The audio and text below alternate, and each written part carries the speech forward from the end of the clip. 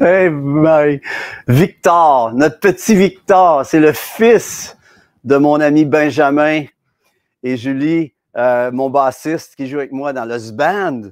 Tellement cute, vraiment. Bon matin tout le monde. Quand il m'a envoyé ça, j'avais des frissons, je me disais. Puis Benjamin me disait que son fils Victor demande à boire le café céleste à tous les matins, à tous les jours. En tout cas, c'est vraiment cool. Donc, David, notre David a un collègue un peu plus jeune. Et vraiment, on est béni de voir cette jeune génération qui veut du café. En tout cas, trop content d'être avec vous ce matin. Merci, Benjamin, d'avoir envoyé ça. Bon matin à toute la famille de Benjamin, Julie. We love you guys. Et bon matin à chacun, chacune d'entre vous. J'espère que vous êtes bénis, que vous êtes contents d'être bénis, d'être contents. Est-ce qu'on dit, êtes-vous content d'être bénis ou bien bénis d'être content? Mais une chose est certaine, notre roi, notre Jésus est vivant. Il n'a qu'à dire une seule parole du haut des cieux pour pouvoir vous bénir, vous rencontrer, venir à votre rescousse. Il y en a certains d'entre vous, vous avez besoin que Dieu vienne à votre rescousse. Nous appelons vraiment que le Seigneur vienne intervenir dans votre vie aujourd'hui. Nous déclarons la bénédiction, le ciel ouvert au nom de Jésus. Parlant de cela, j'aimerais vous dire, première des choses, juste quelques petites annonces. On était censé lancer le vidéo hier, puis pour justement le jour du souvenir, on voudrait en profiter pour remercier le Seigneur pour tous les combattants, les combattantes qui ont été sur la planète pour garder notre liberté. Nous vous bénissons dans le nom de Jésus. Nous remercions le Seigneur pour vous. À cause de vous, nous avons une liberté que le Seigneur puisse venir vous récompenser, vous réconforter, peut-être guérir des plaies du passé. Nous vous aimons. Merci beaucoup. Nous vous bénissons et nous appelons sur vous la riche bénédiction du ciel. Justement, donc, je reviens, le vidéo, on était censé le sortir hier pour le jour du souvenir. Il y a des petits trucs visuels que nous devons régler et je ne pouvais pas lancer ça comme ça. Je n'étais pas pleinement satisfait de ce qui se passait. Donc, on va régler ça cette semaine. On va l'envoyer quelque part cette semaine. Ce n'est que partie remise. Mais quand il va sortir, eh bien, les gens vous allez être bénis, vous allez voir, c'est tellement un beau vidéo. L'équipe a bien travaillé, puis le son est bon. Vraiment, c'était vraiment merveilleux. Donc, ce n'est que partie remise. Juste vous dire aussi que je suis en train de préparer déjà l'année 2024, la Saint-Jean-Baptiste. On est déjà en train de préparer quelque chose. Vous allez voir, ça va être du feu, ça va être glorieux et j'espère que je vais vous tenir bientôt au courant. Je m'en vais à Québec pour pouvoir enclencher quelque chose. On vous tient au courant de cela. Je suis excité pour 2024-2025. Ça va être trop fort. Vraiment, les 2 prochaines années vont être des années de percée pour plusieurs ministères, pour votre vie, pour votre ministère. Alors, j'aimerais en profiter pour prier pour la puce. La puce, j'aimerais te dire qu'on continue à prier pour toi. J'aimerais vous encourager, mettre un petit sticker ou un petit post-it sur votre frigidaire. Écrivez la puce, mais priez pour elle. Elle a besoin de votre appui, de votre support. Et la puce, on déclare sur toi des forces nouvelles aujourd'hui. On prie pour Martin et toute la famille. Mon ami Sylvain Carpentier, qui est en chimio, on déclare aussi la santé, la vie, la bénédiction. Pour Marie-France Leclerc, scoliose, dans le nom de Jésus, on déclare dans le nom de Jésus le redressement de ta colonne vertébrale, un miracle du haut des cieux sur toi dans le nom de Jésus. S'il y en a d'entre vous que vous êtes malades, dans le nom de Jésus, nous nous accordons avec vous, nous déclarons la santé, la bénédiction. Je prie pour Madame Anne aussi, pour sa maman, dans le nom de Jésus, soyez bénis. On prie pour Geneviève qui est dans la région d'Ottawa, Gatineau. Nous déclarons la santé sur toi, Geneviève, dans le nom de Jésus. Et qui que vous soyez, si vous avez besoin de guérison en ce moment, que vous puissiez recevoir à distance. Il n'y a rien qui est trop difficile dans le nom de Jésus. Amen. Juste pour vous dire, une fois, j'ai prêché au Pakistan à partir d'ici. Je prêchais au Pakistan et je recevais qu'il y avait un monsieur qui avait besoin d'être guéri. J'ai dit, monsieur, dans le nom de Jésus, soyez guéri. Et le matin, cet homme s'était brisé le fémur. Et instantanément, il a été guéri. Pensez à ça. C'est complètement fou. Comment Dieu n'a pas de limite. Dieu est illimité. Dieu, tu sais, les affaires du Père, c'est une compagnie de gloire illimitée. C'est Père, Fils, Saint-Esprit, illimité. Il n'y a rien qui est trop difficile pour celui, celle qui croit. Dans le nom de Jésus, on déclare la bénédiction sur vous. Amen. Sans plus tarder, prenez votre Bible. Nous allons déclarer. S'il y en a d'entre vous, vous êtes assises, je vous invite à vous lever de votre sofa, peut-être dans le lit. Levez-vous même pour le dire. Vous savez, avant une game du Canadien, ils disent enlevez vos casquettes, levez-vous et on chante l'hymne national. Eh bien là, on va déclarer un hymne céleste. Amen. Voici ma Bible. Je suis ce qu'elle dit que je suis. J'ai ce qu'elle dit que j'ai. Et je peux faire ce qu'elle dit que je peux faire. Je me dispose en cet instant pour entendre la parole de Dieu et par sa grâce, saisir ce que Dieu notre Père veut de moi. Au nom de Jésus. Amen.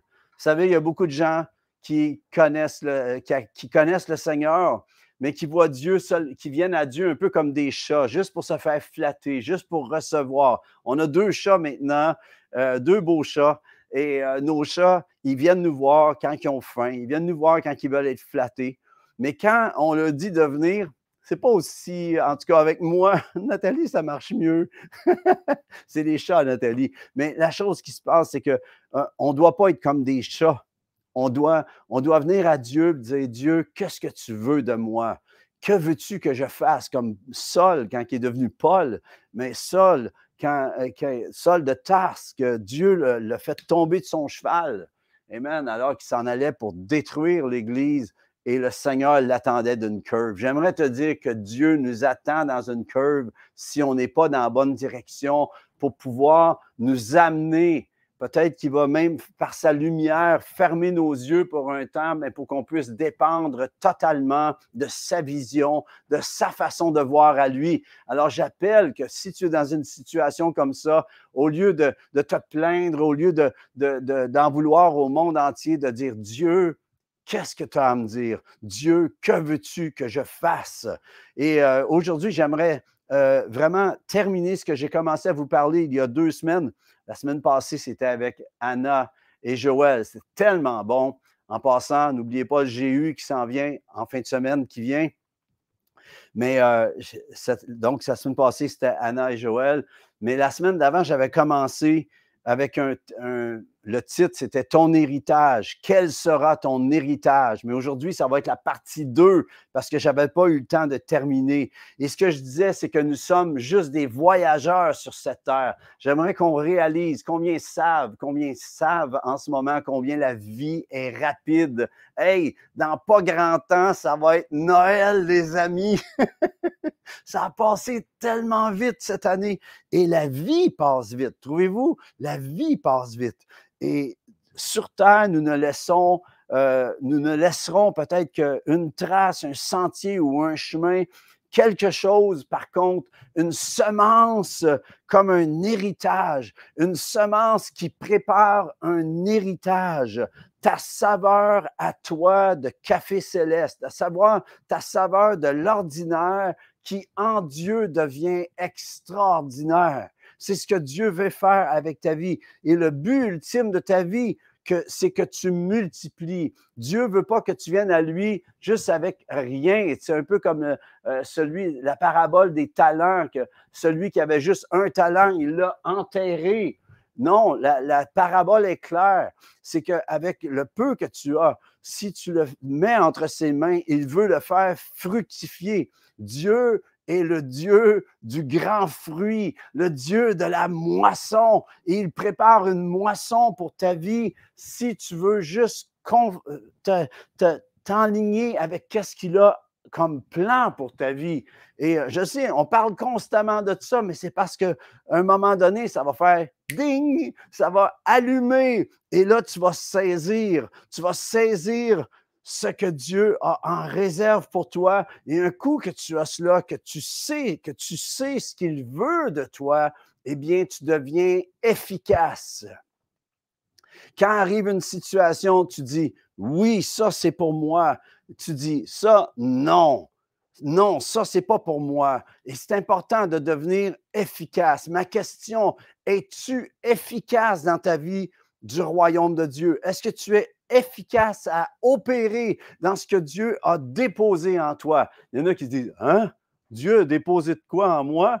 Tu sais, on est là souvent avant, tu sais, je ne sais pas si vous avez déjà été comme ça, mais tu es là, tu cries vers Dieu, puis Dieu répond à mon besoin. Dieu dit, arrête, j'ai déposé en toi tout ce que tu as de besoin. Ça va amener les bonnes personnes autour de toi. Ça va amener les ressources que tu as de besoin. Je suis ta source, mais si tu regardes, si tu viens à la source, je vais amener envers toi les ressources que tu as de besoin pour accomplir ce que tu as besoin d'accomplir. Amen. Gloire à Dieu. Alors, ton héritage, je te pose, quel sera ton héritage? Et je ne parle pas de l'héritage que tu vas recevoir aujourd'hui. Je parle de la semence d'héritage que tu laisses sur la terre qui va faire que tu vas amener ton héritage vers le ciel. Écoute-moi bien, ça s'en va quelque part. Le but ultime de ta vie, c'est que tu multiplies. Le premier point qu'on avait parlé, c'est que la multiplication est la plus grande de tes récompenses. Ce qui va sortir au multiple de ta vie, c'est ta plus grande récompense. D'arriver devant Dieu et que tu n'es pas juste avec un talent que tu as enterré, mais que tu arrives devant Dieu et que Dieu voit tout ce que ça rapporte ensuite. Alors, dès la Genèse, on le voit, Dieu dit multipliez-vous. Il a un plan de multiplication. Tout en Jésus aussi est multiplication. La parabole du semeur le dit. Il nous voit et quand il nous voit, il attend de nous, à partir d'une semence dans ton cœur, ça va produire 100, 60 ou 30 pour 1. Et non pas 30, 60 ou 100 pour 1. Ça commence avec 100. Son but ultime, c'est que tu sois un arbre porteur de fruits aux multiples, de récolte en récolte, de semence en semence de ce qu'il a dans ta vie. Alors, tout commence avec une petite semence qui devient un arbre. Et l'arbre, lorsqu'il produit, voyez-vous, lorsqu'à chaque temps de saison, il relâche ses semences à lui et ça fait une plantation. Dieu voit tellement plus grand. Dieu te voit tellement plus grand, plus grande que tu peux même t'imaginer. Et j'entends le mot activation et accélération dans ta vie qui est lié le déblocage. Il y en a certains d'entre vous, vous êtes bloqués dans votre vie. Il y a un blocage à cause du sabotage et je viens dans le nom de Jésus, je m'accorde avec vous pour que le sabotage brise, que la percée s'installe dans ta vie alors que toi-même tu sèmes dans ce que Dieu veut pour toi, que tu sèmes dans cette dimension. J'aimerais juste dire, à un moment donné, je l'ai peut-être déjà dit, mais je vais le répéter, je voulais faire de la télévision pour le Seigneur, je voulais que le Seigneur ouvre des portes. Et le Seigneur me dit, je veux que tu envoies une semence à ce poste de télévision à Toronto. Et ça a fini que 2 ans plus tard, j'ai été invité à ce poste-là, à partir d'une petite semence qui n'était pas si énorme que ça. Mais voyez-vous, Dieu voit et fait fructifier. La semence est toujours plus petite que la récolte qu'elle va donner. Amen. Alors, le Seigneur, j'appelle sur toi que brise le sabotage. Et si tu as besoin de cela, je t'encourage à t'arrêter de dire, Dieu, qu'est-ce que tu veux que je fasse pour pouvoir entrer dans cela? Qu'est-ce que je dois faire? Le Seigneur va te le dire. Ce n'est pas obligé de venir par un prophète ou une prophète qui est obligé de te le dire. Le prophète, la prophète va juste te confirmer ce que tu sais déjà que tu dois faire. Amen. Alors, j'aimerais te dire qu'en Jésus, tu es littéralement toi-même une vie, une semence.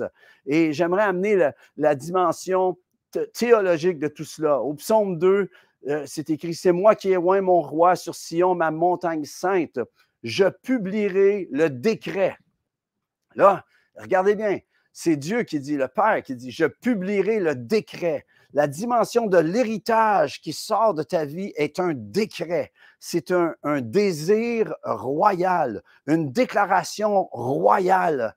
Il dit, je déclare, je publierai le décret. L'Éternel m'a dit, et là, Jésus, c'est le Seigneur, le Fils qui dit, l'Éternel m'a dit, tu es mon Fils, je t'ai engendré aujourd'hui. Et le Père dit, demande-moi et je te donnerai les nations pour héritage, les extrémités de la terre pour possession. Et j'aimerais juste qu'on s'arrête sur cette dimension que l'héritage en question fait partie d'un décret de Dieu. Dieu, ça fait partie de son plan que de ta vie, que de la vie des fils. En Jésus, nous devenons fils, filles de Dieu.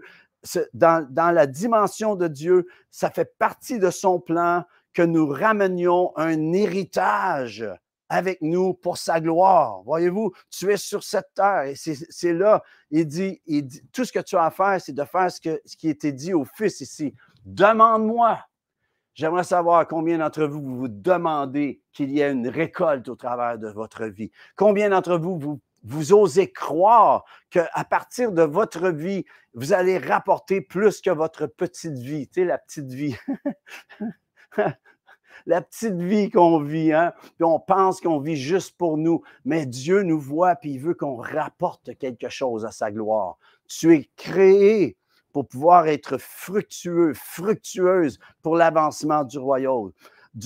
Et la semence de ta vie, c'est ce que tu lègues sur cette terre. Mais si tu demandes, tu rapportes avec toi au ciel une récompense pour l'éternité. Ah, je crois que mon ami Pierre va être content du mot récompense pour l'éternité. Amen. Mais c'est ce que nous faisons. Et pour pouvoir avoir une récompense, voyez-vous, c'est ça. Il dit, demande-moi, je te donnerai les nations. Voyez-vous comment Dieu voit grand? Toi, tu es là, tu dis ma petite chose, ma petite affaire, mon petit pain, mes petits trucs. Non, Dieu te voit, puis il voit que tu atteins plus que ce que tu peux imaginer. Demande-moi, je te donnerai les nations pour héritage. Dieu a une vision internationale, mondiale pour son peuple, mais il faut que tu rentres dedans. Je te dis aujourd'hui, wake up, réveille, rentre dedans. Amen. Hébreux 2, 11 à 13 dit, car celui qui sanctifie et ceux qui sont sanctifiés sont tous issus d'un seul. C'est pourquoi il n'a pas honte de les appeler frères. Lorsqu'il dit, j'annoncerai ton nom à mes frères, je te célébrerai au milieu de l'assemblée. Et encore, je me confierai en toi. Et encore, me voici, c'est une parole d'Ésaïe, une parole messianique qui dit, me voici moi et les enfants que Dieu m'a donnés. Et cette parole est appliquée en Christ, en Jésus. Et le Seigneur veut que tu arrives avec des fils, des filles spirituelles. Et j'appelle que ta famille vienne à Christ, revienne à Christ en ce moment, que tu vas ramener, tu vas arriver devant Dieu. Vous savez, la seule chose qu'on peut vraiment amener avec nous, c'est des âmes, c'est des gens qui ont besoin de Christ en ce moment. Et j'appelle que ton fils, ta fille, tes fils, tes filles reviennent au Seigneur s'ils se sont éloignés. Je rappelle que le Seigneur ramène dans leur cœur la semence de la parole, leur ramène ce feu d'en haut et qu'ils soient tellement enflammés qu'ils oublient peut-être qu'ils ont été les déceptions, peut-être les choses où ils se sont sentis abusés peut-être à différents niveaux. J'appelle une guérison, une consolation, une restauration dans le nom de Jésus. Et si c'est toi en ce moment, dans le nom de Jésus, reçois cette parole. Reviens à la casa de papa. Reviens à la maison. Reviens, reçois dans le nom de Jésus. Amen. Alors, le deuxième point, c'est que ta vie va être reconnue seulement par l'héritage que tu vas laisser. Ça, tu pourras aller voir le Café Céleste 118 pour cela. Et troisième point, un successeur est la preuve que Dieu ne veut pas que ton appel, ton mandat meure quand tu iras, toi, rejoindre le Seigneur. Alors, ce qui se passe, c'est qu'il y a quelque chose de merveilleux qui s'installe. C'est que lorsque tu entres dans ta dimension de que Dieu a pour toi, eh bien, il s'installe une dimension éternelle. Ce qu'il a déposé en toi, le dépôt qu'il a mis en toi et que tu relâches comme une semence, crée un héritage pour ceux qui sont sur terre, mais qui vont arriver, ça va être ta récompense, ça va être ta couronne, ça va être ta gloire devant lui. Amen. Et tu vas pouvoir dire, regarde, moi et les enfants que tu m'as donnés. Amen. Un successeur est la preuve que Dieu ne veut pas que ton appel, ton mandat ne meure quand toi tu rejoignes le Seigneur. Et ma prière pour toi, c'est que ce qui se passe de ta vie va pouvoir avoir une continuité. C'est tellement extraordinaire que qu'est-ce que Dieu dépose en nous, une fois que c'est semé, c'est une semence éternelle qui passe les générations. La preuve, c'est que, tu vois, en ce moment, nous sommes ici par le résultat de ce que Jésus a semé, par ses paroles, par ses actions, et elles t'ont atteinte. Le ciel s'est déployé pour t'atteindre. Pense à cela. C'est tellement extraordinaire. Et j'aimerais te dire que la semence, le germe de qui il est, amen, est venu et ça a été semé dans ton cœur. C'est devenu une réalité. C'est la même chose. Toi, quand tu continues, eh bien, j'aimerais te dire que ce que tu sèmes de sa part en lui, de sa part, de lui aux gens autour, eh bien, ce que tu sèmes atteint et va même passer les générations. Grand-maman, grand-papa, j'aimerais t'encourager à ne pas te décourager de ce que tu as semé, mais réactive-le par la prière, l'eau de la prière sur ce que tu as semé sur tes enfants, tes petits-enfants, que le Seigneur va... C'est le Seigneur qui fait croître et je m'accorde avec vous dans le nom de Jésus pour cette dimension. Amen. Quatrièmement, les mentors sages préparent plus pour leur futur qu'ils ou elles ne vivent pour leur présent. Je répète, les mentors sages préparent plus pour leur futur qu'ils ne vivent pour leur propre présent. Et j'aimerais vous dire que Jésus était constamment en fonction du futur. Dans Jean 17, il dit, je prie non seulement pour eux, mais pour ceux qui croiront. Voyez-vous, il avait déjà la vision de ceux qui croiront. Il vivait en fonction du futur. J'aimerais savoir, est-ce que tu vis ta vie juste pour ton propre présent, pour t'en sortir aujourd'hui, ou bien tu vis en fonction que ce que Dieu a déposé en toi est appelé à être manifesté, à être relâché, et ainsi tu peux créer un futur de gloire dans ta descendance et pour ceux qui sont autour de toi. Come on, je pense à ça. Les mentors sages préparent plus pour leur futur qu'ils ne vivent pour leur présent. Je pense à David et envers Salomon. Et oui, David a laissé de l'or, de l'argent, du bronze pour le temple, mais la semence de mode de pensée pour savoir quoi demander à Dieu au bon moment, ça, David l'avait semé dans le cœur de Salomon. Si vous regardez au Proverbe 4, est-ce qu'on l'a? Est-ce qu'on a réussi à le mettre? Le Proverbe 4, 3 à 5. C'est Salomon, dans le Proverbe 3, on sait que les proverbes ont été écrits pour plusieurs, du moins par Salomon. Et Proverbe 4, il dit, « J'étais un fils pour mon père, un fils tendre et unique auprès de ma mère. Il m'instruisait, écoutez ça, il m'instruisait alors et il me disait, que ton cœur retienne mes paroles, observe mes préceptes et tu vivras. Acquiert la sagesse, acquiert l'intelligence. N'oublie pas les paroles de ma bouche et ne t'en détourne pas. » Voyez-vous, David a passé en tant que papa, prenait le temps avec Salomon et lui disait ses paroles, l'instruisait. Il ne faisait pas juste que le corriger. Souvent, on pense que amener nos enfants dans le Seigneur, c'est juste leur dire quoi pas faire.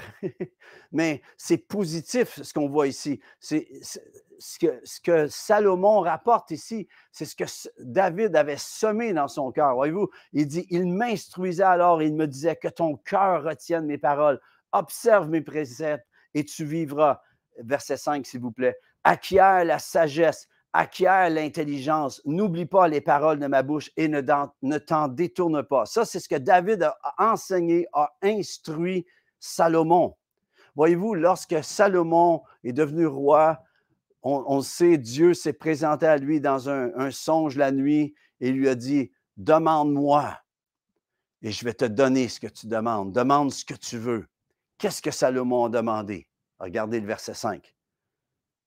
Il a demandé la sagesse et il a demandé l'intelligence pour pouvoir opérer dans la sagesse. Souvent, on a les paroles de sagesse, mais on n'a pas l'intelligence pour accompagner, pour pouvoir opérer cette sagesse qui sort de notre bouche. Et le Seigneur veut nous amener dans le savoir-faire, le hakma, la sagesse d'en haut, que non seulement tu sais que tu as cette parole de Dieu, mais tu as l'intelligence pour l'opérer. Et j'appelle cette dimension dans ta vie. J'appelle que le Seigneur te montre ce que tu as de besoin. My gosh, j'ai pas eu le temps de finir.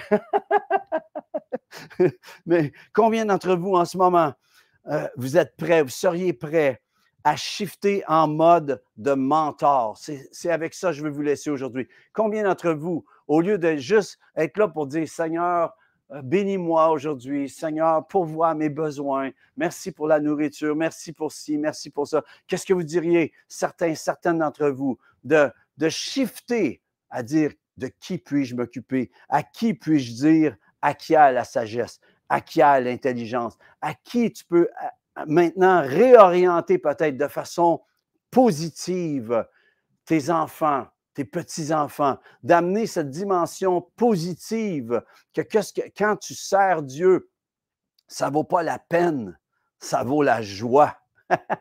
Et c'est ce que Dieu veut. C'est ce que Dieu veut que tu relâches. C'est ce que Dieu veut t'amener à expérimenter, à relâcher autour de toi. Alors, j'aimerais juste dire, on va continuer. Je voulais faire ça tout d'un coup, mais finalement, le prochain Café Céleste, je vais terminer, mais je veux vraiment amener ces points-là parce que c'est tellement important, cette dimension de l'héritage que tu peux laisser, cette semence que tu laisses sur la terre et que tu transportes jusque dans l'éternité. Combien votent pour ça? Eh bien, j'aimerais vous remercier d'avoir été là. J'espère que ça vous a encouragé un peu. Vu qu'on n'avait pas, la semaine passée, on n'avait pas été en continuité, je voulais quand même ramener les points, mais je vais terminer cela la semaine prochaine, Dieu voulant. Je dis Dieu voulant. Parce qu'on pense des fois qu'on va faire quelque chose, puis Dieu a quelque chose d'autre en réserve. Et j'appelle sur vous, je rappelle l'activation et l'accélération de ce que Dieu a en réserve pour votre vie. J'appelle la bénédiction cette semaine, que le Seigneur vous donne d'être béni, d'être content, puis d'être content d'être béni. Comment j'aimerais vous encourager. Alors, je ne sais pas si on termine encore avec notre petit Victor, mais soyez bénis, les amis. Puis, David, il y a 9 ans en passant. Notre petit David a shifté à 9 ans. Come on t'aime, David. Alors, les amis, soyez bénis. Bonne semaine. Que le Seigneur puisse vous accorder de pouvoir vraiment entrer dans ce qu'il a pour vous et ce qu'il attend de vous. Soyez bénis. Je vous aime, les amis. À bientôt. Merci d'être là. Merci pour vos semences. Merci pour votre encouragement. À tout nouveau. Soyez bénis. À bientôt.